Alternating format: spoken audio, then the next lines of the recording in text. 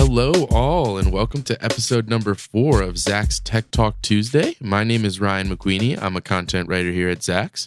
And as a reminder, Tech Talk Tuesday is the show dedicated to the hardware and software that is powering the world's largest technology companies. Today, I'm actually joined by my first guest on the show, Parth Panchal. He's a member of our content team here at Zacks, and we're going to be talking about the highly anticipated launch of Samsung's latest addition to its flagship line of mobile phones. This is the Samsung Galaxy S8. Parth, first of all, welcome to the show. Thank you for joining us. Can you give us just a brief rundown of the basics here? When's the launch date? What kind of price point are we talking? And what are the big new features? Definitely. Thanks for having me, Ryan. I'm glad to be here. So to jump straight into things, the Galaxy S8 and the S8 Plus are up for pre-orders right now, and the phones are launching in the US on April 21st. So that means we're just a little over a week away from the debut. As it goes for pricing, so technically Samsung leaves exact pricing up to the carriers, but it looks like most pre-orders for the device are about $720 for the 64GB S8 and $850 for the S8 Plus. And we should mention there, specifying that it was 64 gigabytes, but there's actually no smaller option than that this time, which is one of the first new things. You're getting a lot of memory in every device. Definitely, yeah. I think it's kind of strange, but it makes sense. So it's only 64 gigs moving forward. There's no 32 option anymore. Cool. Yeah. So also, there are a handful of notable new features, but I think one that's going to really get a lot of attention, and Ryan, I think you can elaborate on this a little more, is Samsung's new voice-controlled helper, Bixby. Yeah, so I wanted to talk about Bixby because it joins the growing list of named, I'm going to do air quotes, helpers in the tech world. Obviously, we've had Siri for Apple for some time now. Alexa in the Amazon Echo and Amazon's other devices.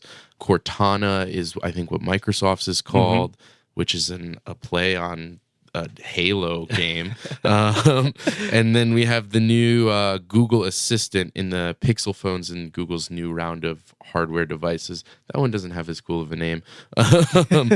But yeah, so Bixby. Yeah, so Bixby looks pretty cool so far. And it's your classic talk to the phone and get help / interact with the device kind of feature. One thing that's really cool that I like about it is Bixby's use of its camera.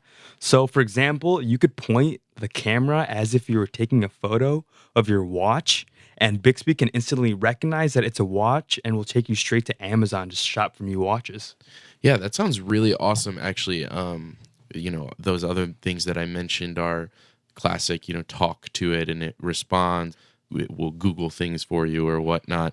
But that cool new camera usage feature seems really futuristic. Seems really cool. Yeah. Even if it doesn't get used that often, that's a fun thing to have. Exactly. So before we get into this too much more, just some basic specs. The Galaxy S8 display is 5.8 inches. The S8 Plus's display is 6.2 inches.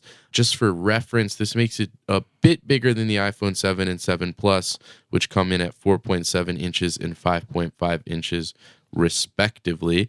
So a little more on the specs. So the Galaxy S8, it outmatches the iPhone from a camera perspective. So both of them on the outer camera, they're both 12 megapixels, but the S8's front-facing camera is a little better as it's 8 megapixels, while the iPhone 7 is just 7 megapixels. Yeah, awesome. So that could be coming in handy for our Snapchatters out there. Yes, sir. This brings us kind of to the greater point, though, that from all accounts, the Galaxy S8 is an absolutely gorgeous phone to look at, hold, and use. Basically, all of the early reviews for the device note its sleek, professional, and modern feel. One of the other cool new features I saw is there's a fingerprint sensor for unlocking the phone on the back of it. The home button is now inside the screen, so it's not a physical home button, adding to kind of the sleek, flat, seamless, edge-to-edge design of the overall device. So I don't know. I mean, obviously with the S number phones, this flagship Samsung line, they're always putting one of the top of the line phones on the market out there. Right. And it seems like they've really hit the nail on the head with that again. Definitely, yeah. So you're talking about the fingerprint scanner on the back of the phone, right? Mhm. I think it's kind of weird. You want to watch out for this because the fingerprint scanner on the back of the phone is right next to the camera on the back of the phone as well. So when you're putting your finger behind there, you just want to keep a lookout on not touching the camera accidentally because it can Oh. easily smudge the camera. You have to clean it every time you use it. Oh, and whatnot. possibly a questionable design choice there. Yeah, So yeah, heads yeah. up for people pre-ordering the S8. You don't want to get your camera dirty. Definitely. So digging in a little more. So Samsung has put some more thought actually into the durability and longevity of the phone as well.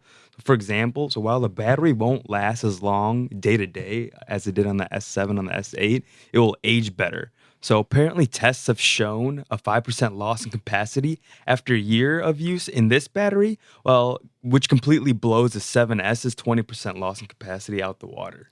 Yeah, that's something I think people pick up on a lot as a Galaxy user myself. You do notice battery capacity after a while. So again, not so much a day-to-day thing there, but a longevity thing. Overall, I think a bigger, more modern phone with new features both inside and outside of the phone. So this is sure to be a big product for Samsung. As I've already mentioned, it's their flagship device. They're always looking for a home run. But this is a company that desperately needs things to go right now. If you'll recall, the acting chief of Samsung Group is currently on trial in South Korea for his role in a massive corruption scandal, which is definitely not the type of thing that plays well from a PR perspective. Yeah, Ryan, this PR headache comes just months after the full-blown PR nightmare that was the exploding Note 7 incident. Can you believe it? It's completely just combusting in people's pockets. So for those who don't remember, a Samsung's Galaxy Note 7 was discontinued after it was found to basically spontaneously combust, as I just said. And after a travel ban, an initial recall, and a second recall, the device is, well, finally dead. Yeah.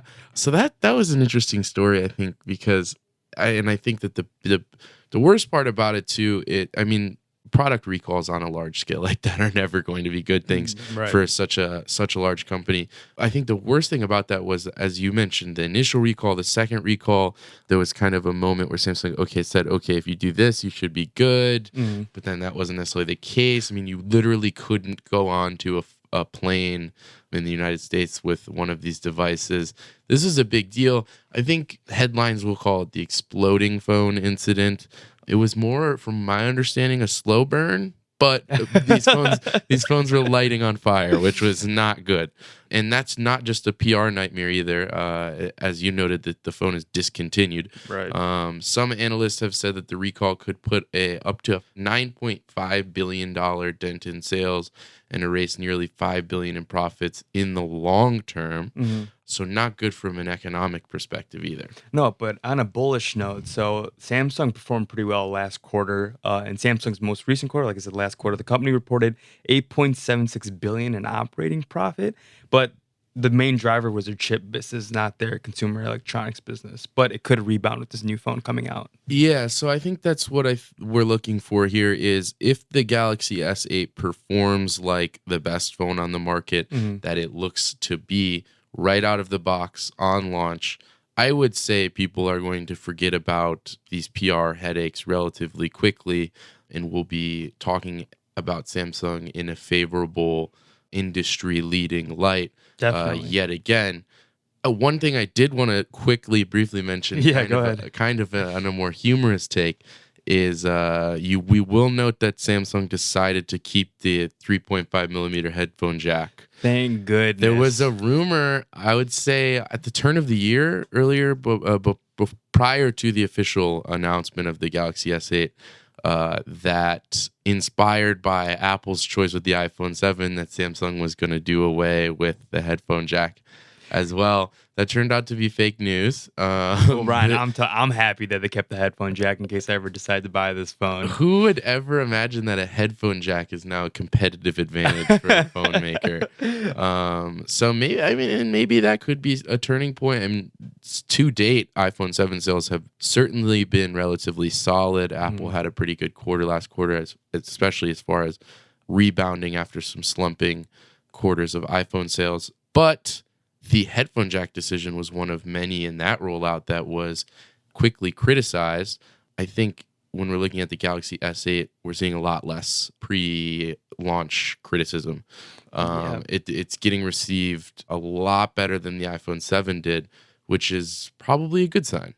Yes, what I've seen is that with this S8 release, a lot of information has been leaked prior to the official release of the phone. Yeah. And obviously, I think that's on purpose since, the S7 Note was exploding. They wanted to give Samsung users a peace of mind saying, this is what you're going to get. Expect this. It's going to be great. Stay woke. Some intentional leaking, maybe. A way to combat the PR disaster that was the exploding phone.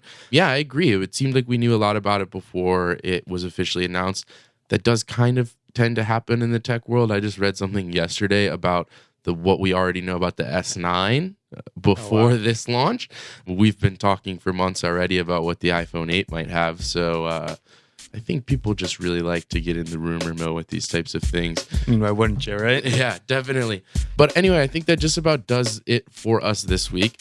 As a reminder, if we missed anything or if you would like us to cover something else on the next episode of Tech Talk Tuesday, feel free to shoot me an email at podcast@zacks.com. We have plenty of other exclusive audio content on the site that you can check out at zacks.com/podcast. Parth, thanks again for coming on. Thanks for having me, Ryan. And thank you for listening. We will see you next time.